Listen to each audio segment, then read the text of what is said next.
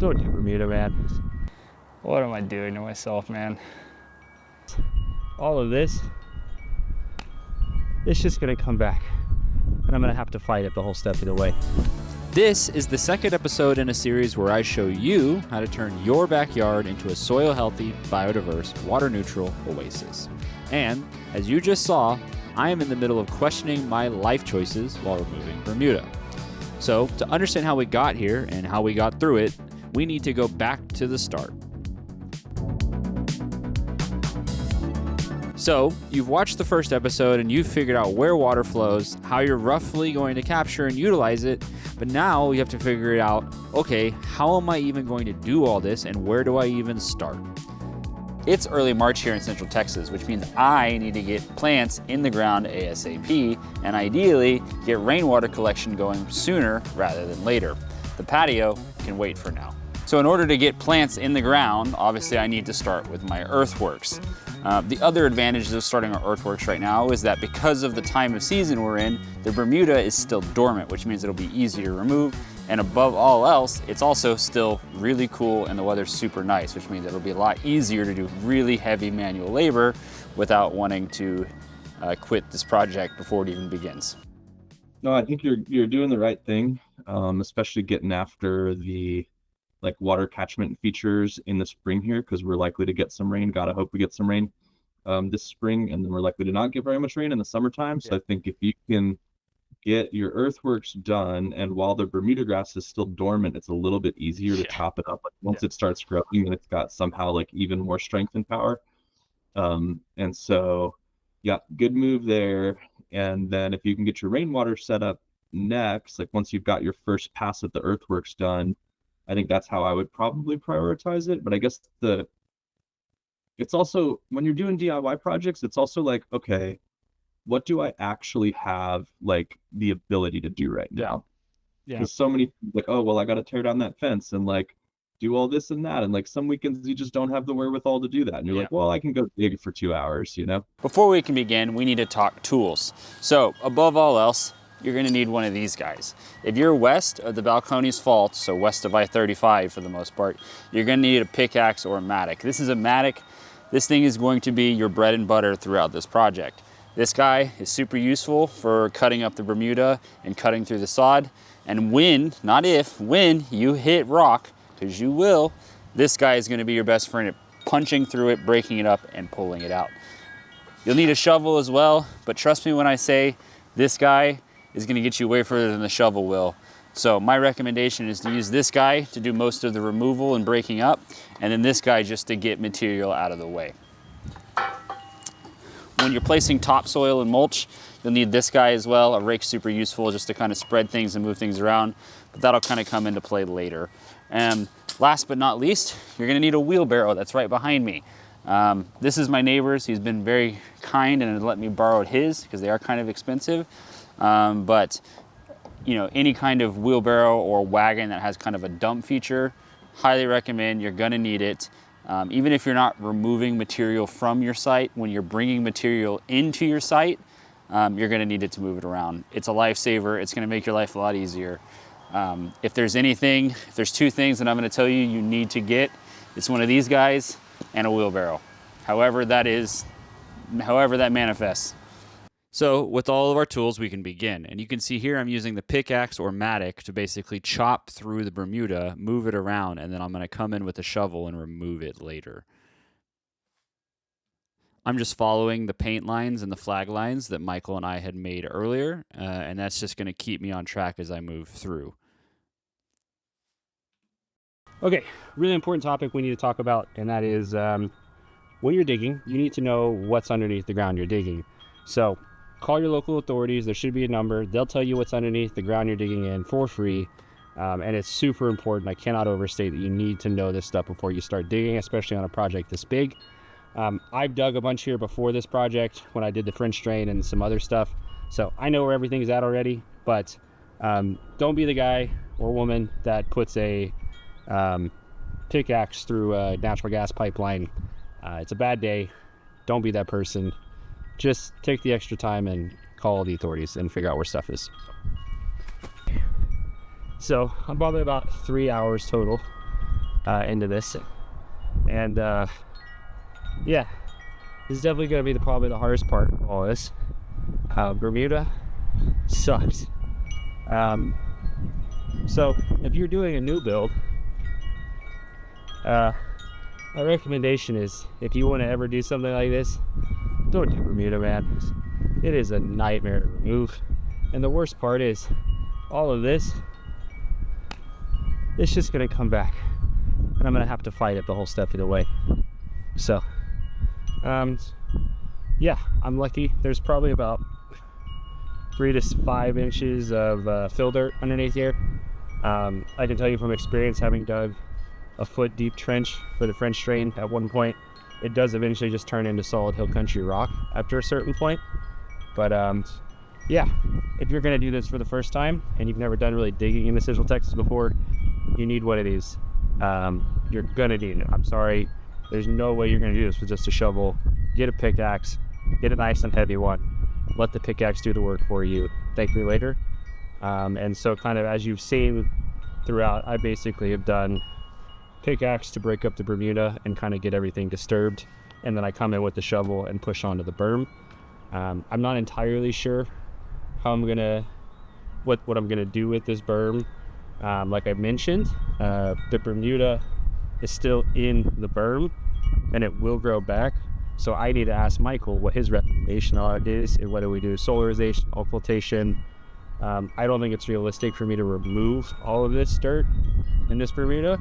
So curious to see what Michael thinks, but at least in the meantime, I'm going to keep chipping away and just keep removing this stuff where the garden beds and the berms and swales will run. So back to work. Let's take a pause here and talk about Bermuda. So we've got the typical Bermuda grass lawn here, and Bermuda grass has been one of the banes of my professional life. I mean, even back a long time ago when I was a farmer, we had Bermuda grass in our main field and I was constantly weeding it, and you never win that war. But one thing that I've learned over the years with Bermuda grass is it's very hard to get rid of it all in one fell swoop, which is always what we want to do. So what we want to do is we want to come in and we want to like till, and then we want to plant, and then we want the Bermuda grass to stop growing. And it doesn't do that. It responds to disturbance and aeration, and it comes back stronger. It comes back faster than the other plants that we're planting. It grows through the heat of the summer. So Bermuda grass is really hard to deal with because it spreads by rhizome in the roots and by seed. So even if you're pulling out all the roots, if you let it go to seed, it drops all the seeds on the ground, and then you have to deal with that too. It's dormant right now because we're in the winter. It's been freezing. So you do have a window in the winter when it's not actively growing above ground. Couple things. Weed blocker cloth doesn't work at all as far as I've seen with Bermuda grass. And I've gone so far as to put weed blocker cloth down, like the most expensive geotextile weed blocker cloth, you know, is woven together this like felt-like material, but super, super tiny weaving openings, and the Bermuda grass came up through it. And so now we've got Bermuda grass, and I put compost and mulch on top of it and everything, but now we've got Bermuda grass growing straight through weed blocker cloth with its roots protected beneath it. And the only thing we could do was tear out all of the weed blocker cloth, and then we had to like basically start just where we were to begin with, right? So weed blocker cloth can cause you more problems, and you're going to spend money, and a lot of it's going to just break down into microplastic anyway, even as it's not working for you. What does work for a season is cardboard, and you can get rolls of ram board, which is what they use to protect floors in construction projects, from your hardware store. It's not crazy expensive, and that way you have less overlapping points, because the Bermuda grass is going to find those points where the cardboard overlaps. It's going to grow through them, and it's going to grow up, and that's where you're going to have to weed and stay on top of it.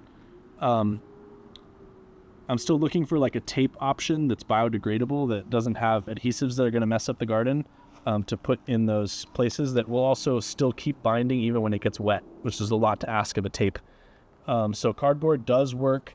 Another thing you can do is you can cover the ground in plastic for 9 months. So basically from spring to fall, you can cover all the ground in plastic, and that will kill the Bermuda grass.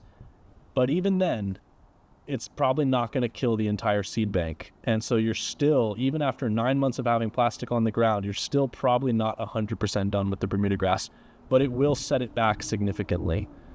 So I've got all these berms full of Bermuda that I can't get rid of. What am I going to do with it? You're gonna be Bermuda. Yeah. Like no matter what you do. Even if you were to like the only thing that we found that works that isn't just straight up herbicide, and I don't even know that herbicide would work in this case because it's like the roots and the seeds and the growing plants themselves is like, because you got the trifecta here. Yeah. And it responds to disturbance by growing more. So like it's going to come back with a vengeance, but the things that are working in your favor are if you cover it and if you plant native plants. Like one example is Artemisia, is a native plant that kind of grows more like a low growing shrub, and it covers a wide area and it shades the area underneath it pretty well. That has a pretty good chance of competing with the Bermuda, and I found that like over time it will hold space. Yeah. Your goal is to create like targeted places where you're fighting back the Bermuda and you're fighting like a war of attrition with the Bermuda grass. Yeah. And you're making those areas as small as possible so that you can actually keep up with it. Because every time that the Bermuda comes up out of the ground and starts photosynthesizing and getting sunlight, it's putting more energy down into those roots. Yeah. And that's where the battle is. It's in the energy stored in the roots. If you can knock it back repeatedly enough until it runs out of energy in its roots, then it'll go away. And I've seen chickens do this. Like if you could put chickens on a Bermuda grass lawn that's fully established like yours is. And if you leave them out there long enough, they will kill the Bermuda just from that eating the top of it over and over again. And they do scratch up the roots a little bit, but they're not like, it goes down deep. It goes down like 6 inches. So it's really just that constantly stopping it from photosynthesizing is the only way to get it. If there's anywhere on this project that you want to spend some extra money, this is probably the best time to hire somebody. This is easily the hardest part. It's going to take the longest. And yeah, everybody wants to talk about planting plants and making beautiful garden beds. But here in Central Texas, anytime you need to move the earth, buckle up, buddy.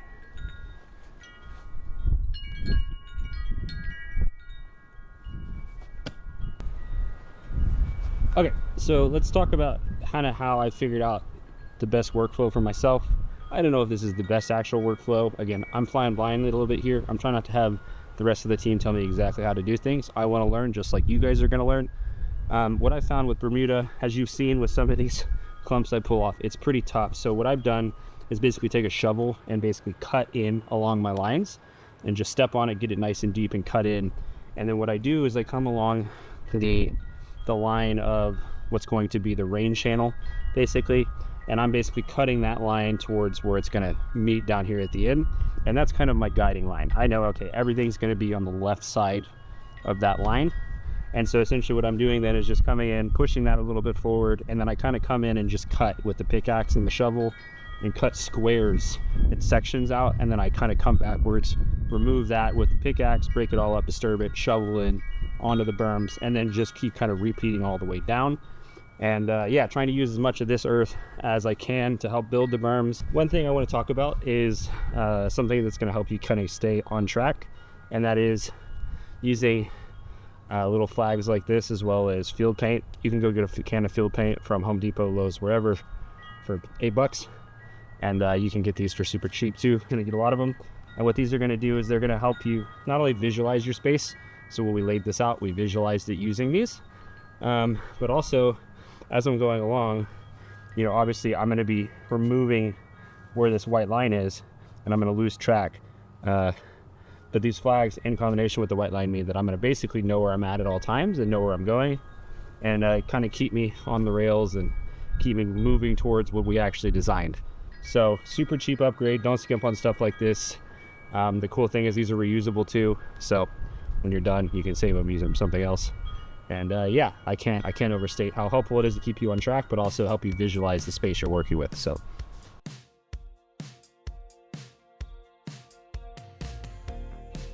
how long do we gotta stay here for people we don't know in one lines?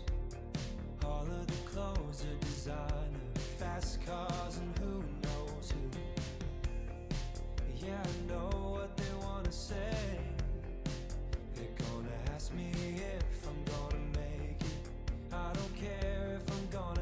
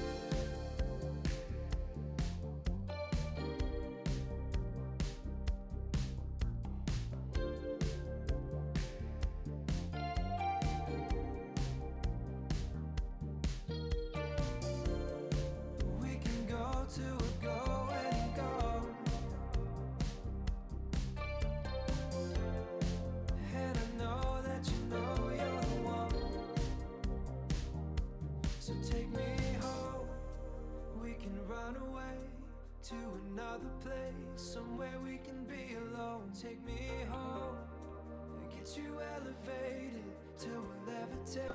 Okay, cool. So we're well underway here. You can see behind me, a lot of digging happening. I've got all the digging tools out with me.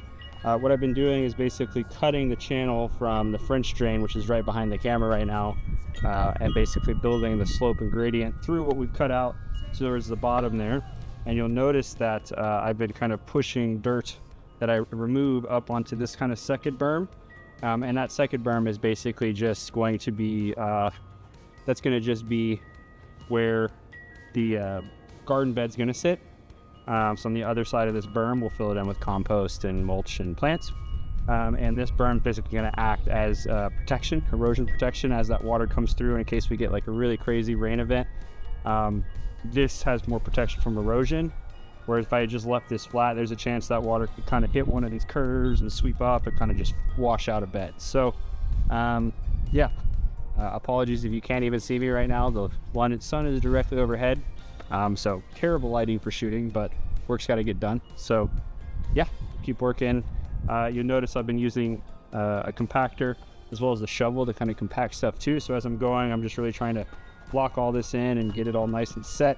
So when it's time to come put the rocks, just run some ram board, drop the rocks, call it a day.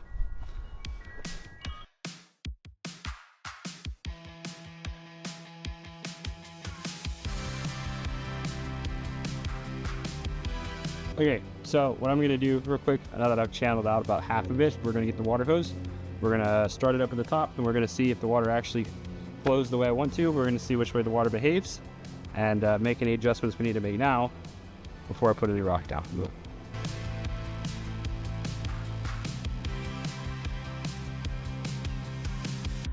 Sometimes when I dream, at times when I just close my eyes, I see the place we used to live.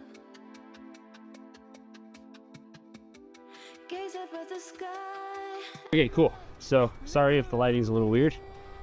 Sun's setting that way, and so the house is shading this more and more. So just gotta deal with it. But you'll notice I've been kind of cutting this out. This is gonna be the basin for the water.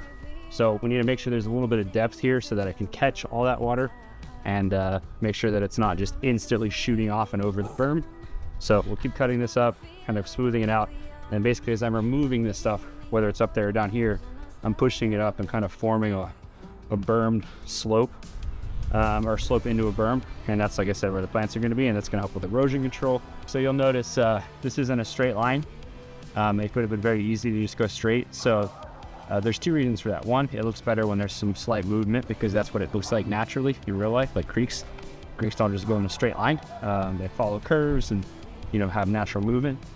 Two, I don't want it to just go from the top of the property to the end of the property as fast as possible. I want some element of slowing the water down, controlling it, and allowing it to soak along this entire berm, so that when these plants get planted and the plants on the other side of there, they're in soak into all of this. So like Michael said, and multiple times, the goal is not to get water off the property as fast as possible.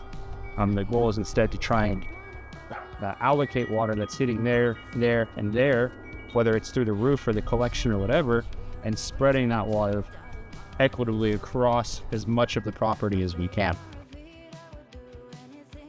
So this is a good opportunity to talk about the paint again. So like I said, after I have cut this channel all the way and you cut that side out, giving me a flat platform to work with, I came back in with a spray can and basically just kind of roughly followed what I think the edge of the flower / garden bed is going to look like in here. It's not absolute gospel. As you're digging and cutting, you're going to kind of naturally reveal the flow anyways. And this doesn't have to be super precise, but I am just making sure that there's no spots that are less than a foot at least, if not more, of a gap between the actual outer berm and the inner berm. So make sure there's at least a foot. But yeah, use your artistic eye and kind of think about how this is going to look. One thing to keep in mind is here, on that side, we're coming straight off the PVC, or we're coming off the drainage pipe. So, we have to be aware of how that's flowing in. And here, we're going to have a PVC pipe coming straight off as direct overflow. So that's going to have a lot more time to dissipate water-wise on that side of the fence. and into that side. So I think the volume of water coming out of that side is going to be a little less. But this side, we're going to have basically a 10-foot run before it's straight overflow shooting straight out. So as we're coming out here and digging, we need to make sure that this berm and this side of the berm as well are ready for a potential large amount of volume of water coming out.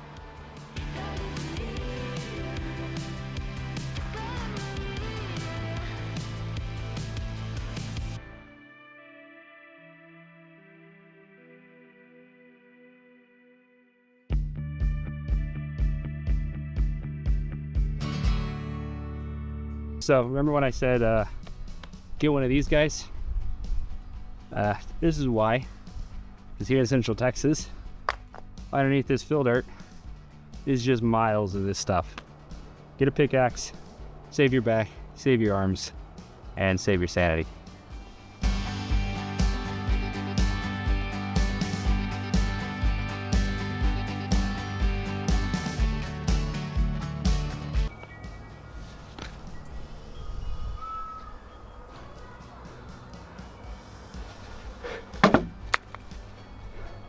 Well, that just broke off, but we're not going to use this anyways. We're going to cap this line either here or cap it over there because we have to do it anyways when we do the patio build over there. So if you have irrigation lines, don't leave them if they're still connected underneath stuff, because leaks, all that stuff.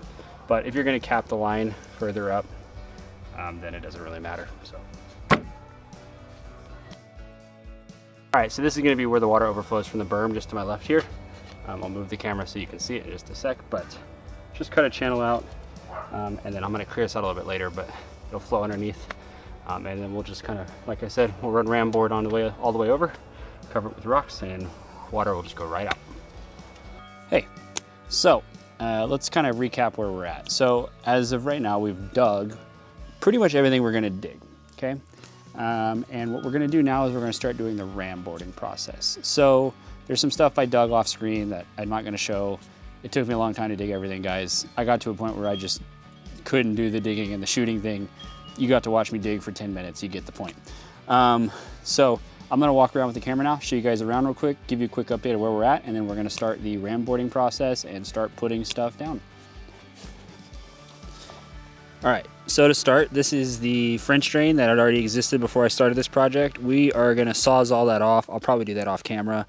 And then I'm gonna put a giant flat rock to direct it into this channel, and then this channel is the channel that drives all the way down to the bottom of the property. And now down here at the bottom of the property, you can kind of see our double channel system. So this big channel is gonna be where all the water is gonna move, right? And that's gonna get covered in ram board, and then it's gonna have rocks laid over the top, and then water's gonna move down that like a dry creek bed. You can see here on the other side of this little berm, this is going to be another planting area.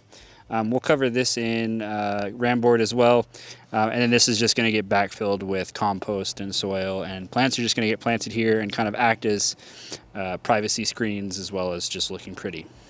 And then you'll also notice that there's now a new orange line, always lines popping up every time I turn the camera on, and this orange line is basically just my safety zone. And so what I did is I came about 6 to 8 inches off this lip. On this lip is going to be the edge of my patio. We're leaning towards using boulders, but we're not 100% certain exactly what we're going to use yet. So I'm going to give myself a little bit of leg room here to work with for whenever we do get to that point, and making sure that I'm not making my life harder down the road. Okay, and then onto the other side of the property, we can see that this is the other entrance point. And you can kind of see roughly where these white flags are. They're not exact, but this is essentially where the PVC overflow pipe coming off of the eventual rainwater setup is going to empty into, which is why it's so deep, and that's also why this is so big on this side. We got to make sure it can handle a lot of water, and then that's going to run all the way down to the bottom as well. All right, and last but not least, this is our basin that's going to be at the bottom where the water collects and pools over. This is going to get ram boarded, and then we're going to fill these with big boulders that are going to really do a lot to stop water flow and stop this from, basically blowing out the berm. And then you can see, it might be hard to see on camera, but there's kind of a lip. There's a little bit of a lip here on the edge, and that's because we want basically a dip. So this is where we want the water to move over. So if we don't put this lip here, the water will just flow over wherever it wants along this lip. So this is designating, okay, this is where I want the water to flow over, so it's a little bit lower. This will still all be covered with rock, and then you can see where these orange lines are. I've kind of already dictated where it's going to go out and below the fence. And so we will continue to kind of excavate this out, fill this with ramboard, fill this with rock. That little bit of edging is going to get sawzalled off, and then that's going to kind of get ramboarded and cleared out and filled with rock. And that will be the outro point, exit point of water on the property. And then on either side, these mountain laurels will stay. They've been working hard, growing for a long time, and they'll be totally fine here. So while we're here, let's talk rocks. So I have gone ahead and grabbed a few big boulders from a friend's property. You can get these from landscape supply store. My recommendation is honestly just look at Facebook Marketplace, Craigslist, or even just go find somewhere doing construction. They probably have a bunch of these that they're willing to let you take if you ask nicely. Yeah, these are going to basically make the backbone of our dam system here, our water slowdown system, and they're going to basically bear the brunt of the force. And then also I've been saving any of the bigger rocks that I've been pulling out as I've gone along, and so we'll backfill these in there too, since we already have them. And then lastly, you'll notice some big logs in the background. Same thing, pulled these from a friend's property. Don't know what I'm going to do with them yet, but they're cool looking. I like them. They're cedar, so they're going to stick around for a long time, even though they're dead. But they won't get used till later, probably used for decoration. So, all right, last little bit here. You can see that there are orange X's and lines all over the place beyond the berm. And that is because these are going to be future beds that we are also going to go ahead and start setting up now. If I didn't set up beds here and just left this berm as it was, the Bermuda will eventually just climb back over the berm and take it over. So these, not only will they give me more places to plant plants, they're also going to act as a shield and a barrier for our berm. Now, I haven't decided exactly what the edging for this berm is going to be at this exact moment in time, but I do know how I'm going to protect it at first. So these were, I asked Mike and I said, hey, do I really need to go and hand chop all of this Bermuda back up? And he said, no. What we're going to do is we're going to run ramboard over all of this where it's covered, where the orange paint's at, all this Bermuda. And then we're actually going to put soil on top of that ramboard, and that's where we're going to plant plants. So this will actually probably end up being, about this high, 2 to 3, about 6 inches to a foot off. And then the edging will be some form of terracing setup. And what that'll do is it'll strangle out the Bermuda, and then it's also going to give a nice base for plants to live in. And it means I also don't have to spend another 15 hours chopping up a bunch of Bermuda. So that is a win in my book. And yeah, all right. There's one really important thing that we haven't talked about, and that is access. As we start to dig and as we start to place materials and as we start to bring materials into the job site, we really need to start thinking about access. Now, what do I mean by access? Access means how am I going to physically get stuff onto the site? So one thing you've noticed is I've had to hand cut and hand dig everything. I would have loved to be able to rent a skid steer or a little baby excavator or any kind of power tool to essentially allow me to do this process faster. But the fact of the matter is, I can't get it back here physically. On the other side of that fence is a pretty significant slope about this steep, and then a greenbelt, and then another slope about that steep going back up to a road. And then the only way into my backyard is about a fence gap about this big, and it's all on a slope this way. So there's really no way for me to get stuff back here. So I need to think about that when I'm doing materials, but I also need to think about, okay, what is the order in which I'm going to start filling stuff back? And also, as I'm doing this entire project, I need to make sure I'm not going to make my life harder down the road. So all that's to say, make sure as well when you're doing your planning that you're incorporating walkways, paths, and other things into your design that will give you the ability to walk around your property. Okay, time to start ramboarding. I've never done this before. I have no idea how this is going to go. I have one big roll of ramboard. I know for sure I'm going to need more than that, But I'm gonna start with the berms and start with this kind of dug setup first, try and see how much I can get and how this is gonna go. Hopefully it's not too hard, and then yeah, from there we'll see how much more we need. And now as we kind of get into this whole process, I'll also make sure to start keeping track of how much I'm spending. So up to this point, I spent nothing but sweat and time, but with Ramboard, it's our first actual purchase. So.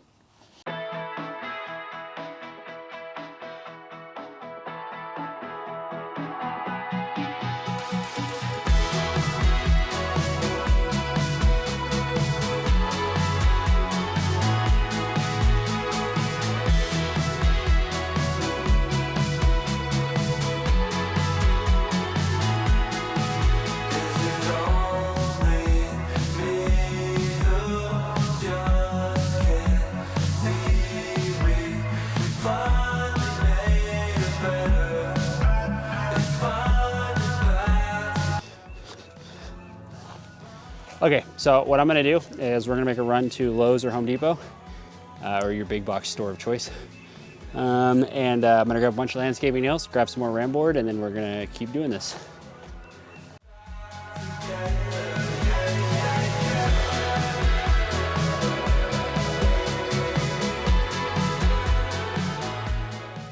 All right, so as you can see, we're pouring water in, and actually it's not overflowing, and that's actually perfect. That's what we want. This is essentially only in a last resort do we want to just dump water. And instead what it's doing is it's pulling this water back up the channel. And the best thing about that is that means it's just more in-soak. So as water accumulates down here, it's going to soak into these berms back up the whole way, slow that water down, give us a lot of in-soak. And instead of this water previously having just gone straight off the property, gone forever, it's being kept in the swale. These plants are getting the water they need. And basically this will only get activated in basically a torrential downpour, in which case the plants are going to get more water than they could ever use anyways. And yeah, it's a good proof of concept. You might be like, oh, he's getting the Ramboard wet. No, it's actually totally fine. They're actually getting it wet helps me keep it stuck to where it's going to go while I don't have the landscaping nails. But yeah, just throughout this whole process, just keep testing water, keep making sure it's doing what you want, because what you don't want to do is get in too deep and then realize something's not working. So test, iterate, test, iterate, test, iterate. I'm getting a little lazy with the camera, so I'm just gonna do the whole yard and time lapse all this, but switching to a box cutter, it's been a little bit easier than using the scissors. And yeah, I'm just gonna cover everything in Ramboard, chop it up with a box cutter, and then nail it down with a landscaping pin. So nothing too complicated. Let's do it.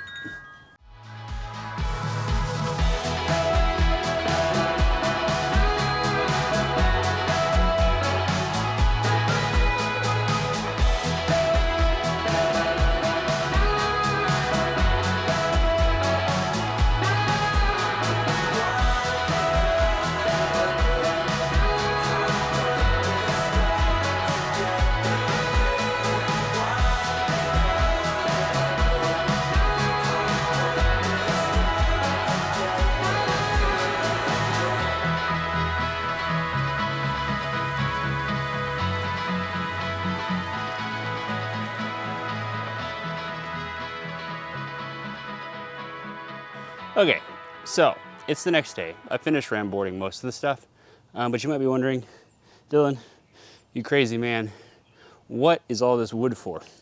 Well, I have a very genius idea that I think is gonna work, but before I explain what this is, let me explain to you the problem that I'm trying to solve with it.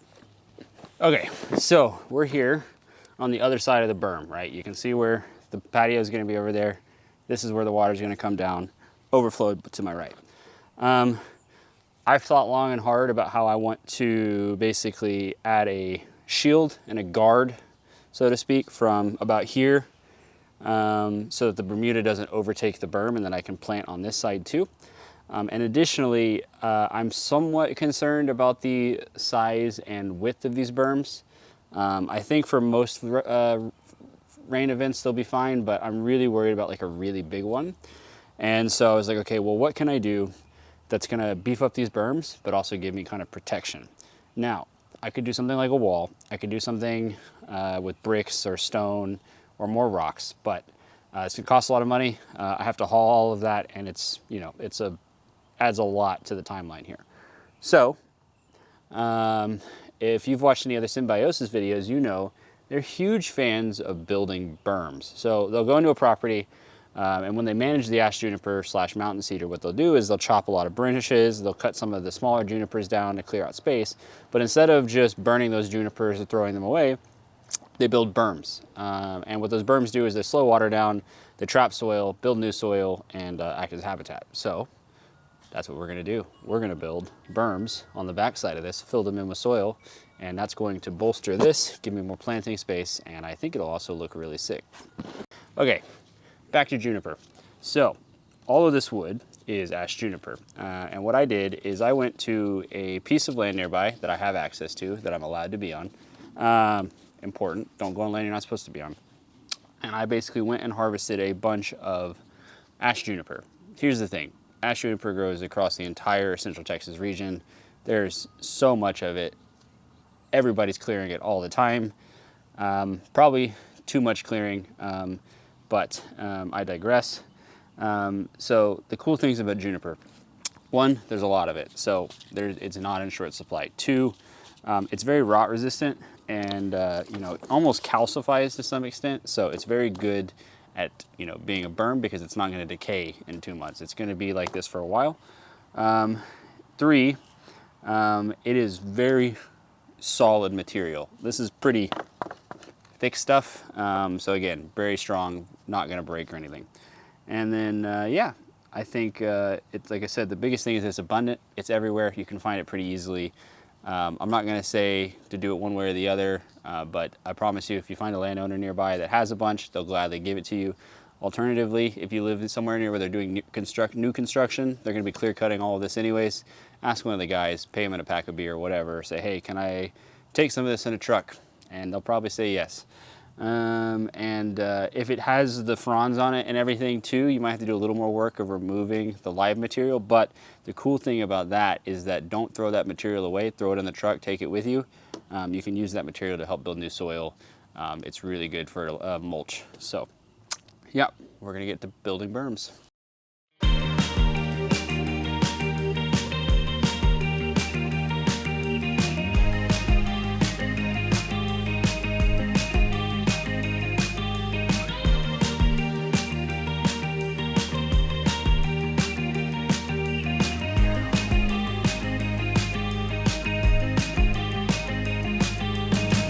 I've been walking around, waiting for you to shine.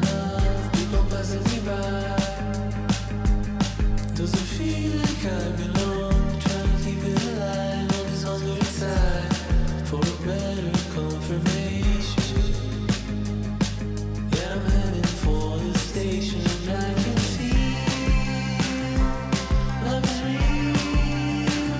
Now you try. If you're willing to just come along with me, we can feel no more lies. A simple dream of you and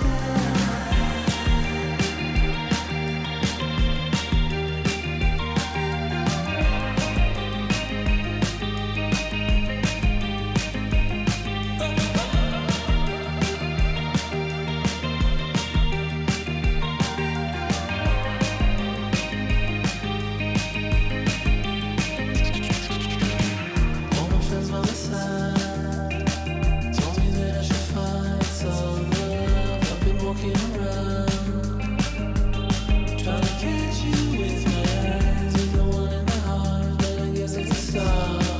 An easy conversation.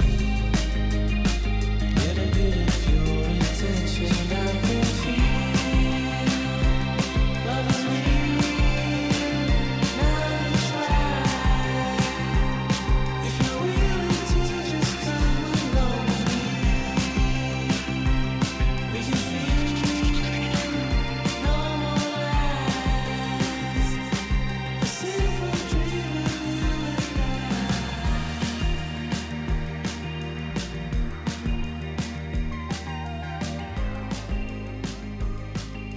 Simple dream of you.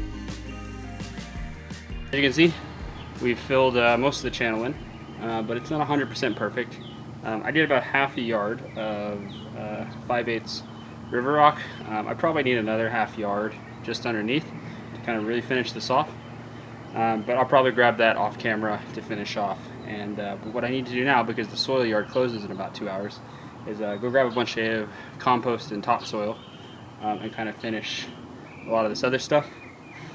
Because when I get the second load of river rock, I need to understand exactly where the topsoil is going to want to sit and where it's going to want to meet. But yeah, so far so good. I'm liking the way it's looking. And I think once we get the topsoil in here and the compost, and we get the rest of the river rock, I think it's going to look pretty sick. So.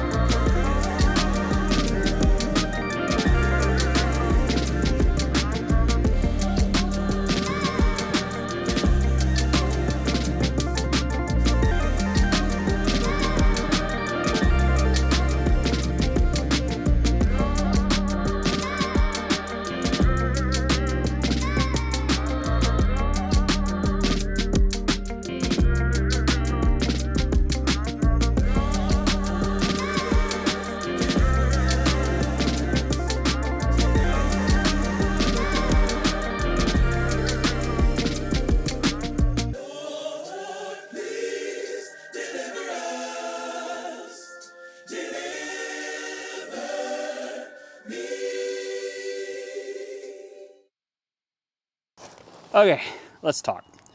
So, I did about half a yard of this 5/8 river gravel, and then I did a full yard of this organic cow manure topsoil.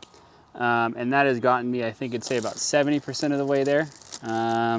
So you'll notice that we still have some exposed ramboard here, a lot of exposed ramboard here. What we're gonna do is get more rock and continue to fill this in and marry the two edges. And then there's a lot of topsoil still to go.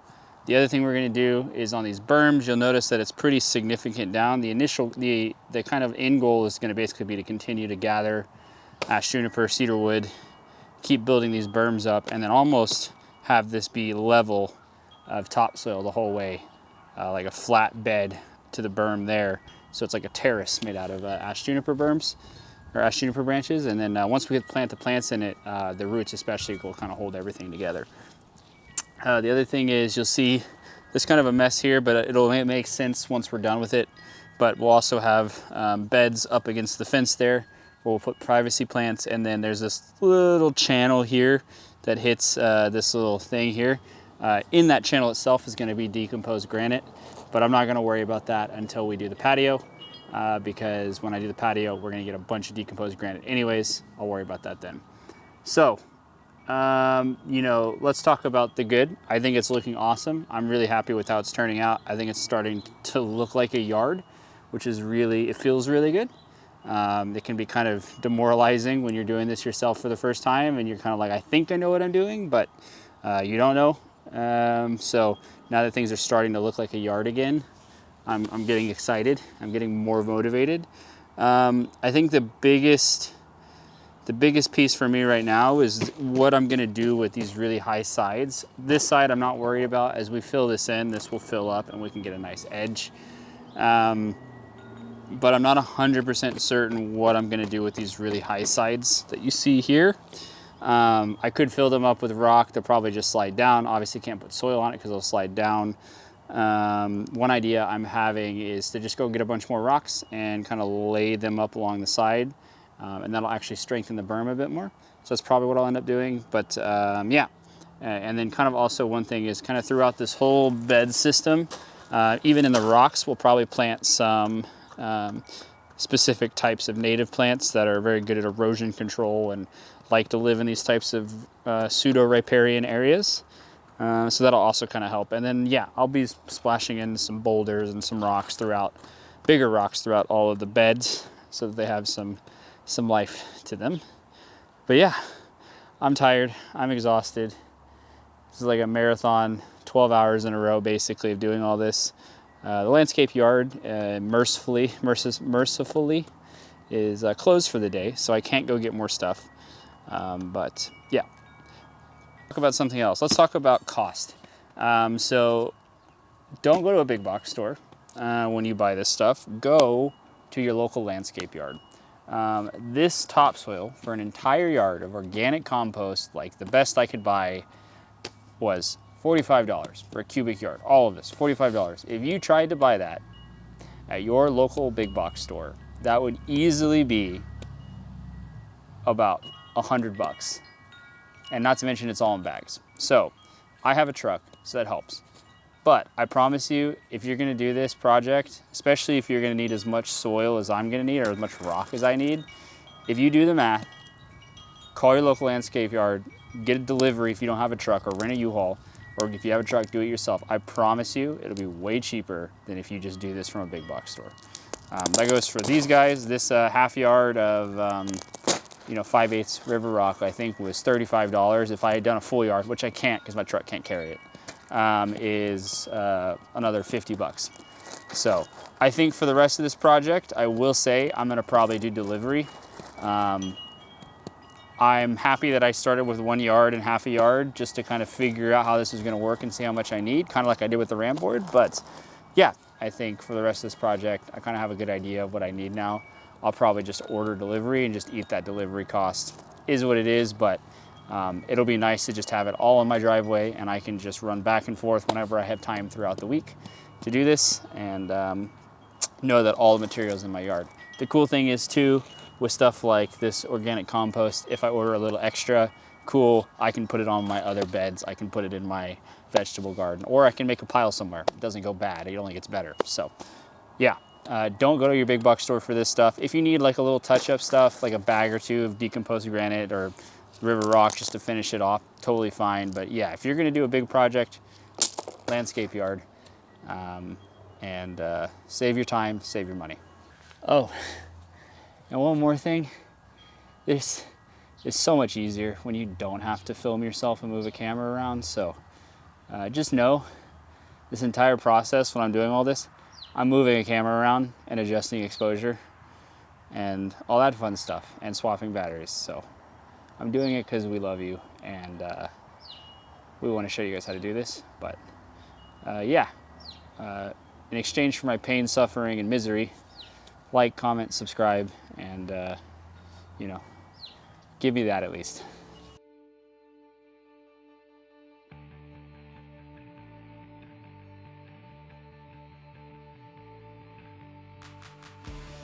All right, we're gonna do mostly voiceover from here on out.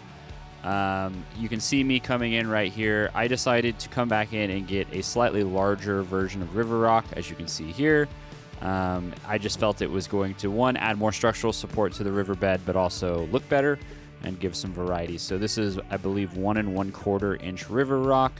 And I'm basically just coming through, channeling out the middle of the smaller river rock and then putting these guys in. And here you can see that I'm testing the water again. I kind of do this throughout the entire process just to make sure, hey, is water flowing where it's supposed to? You can see now I'm building the back slope and I'm using the big rocks especially here because they're going to be more flood resistant. And then also you can see the water is finally overflowing and it's running out and underneath the fence.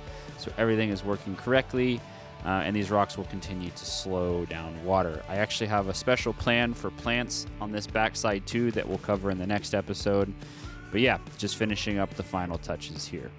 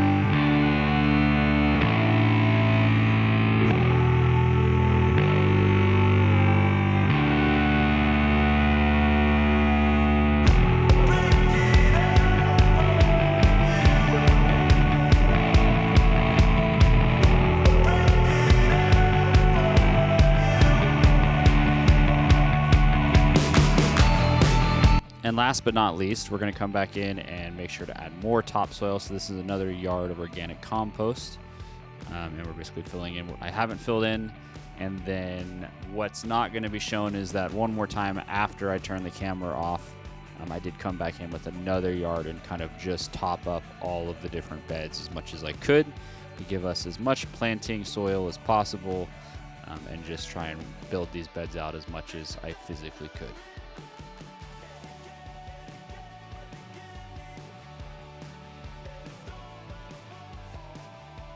The last thing is that you may notice these berms are kind of small right now. I did come back in off camera and add a few more logs, and I'll probably continue to add both more soil and more logs over time. But this is at least good enough for us to get started planting in the next episode.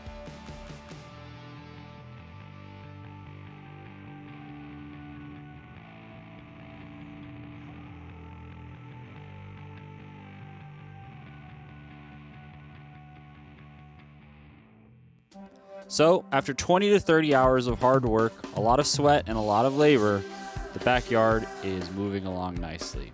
And this is what it looks like now. I'm super stoked with how it turned out. I think it looks super rad, and it's starting to look like a yard again. And yeah, super excited to get plants into the ground and get you guys to episode 3.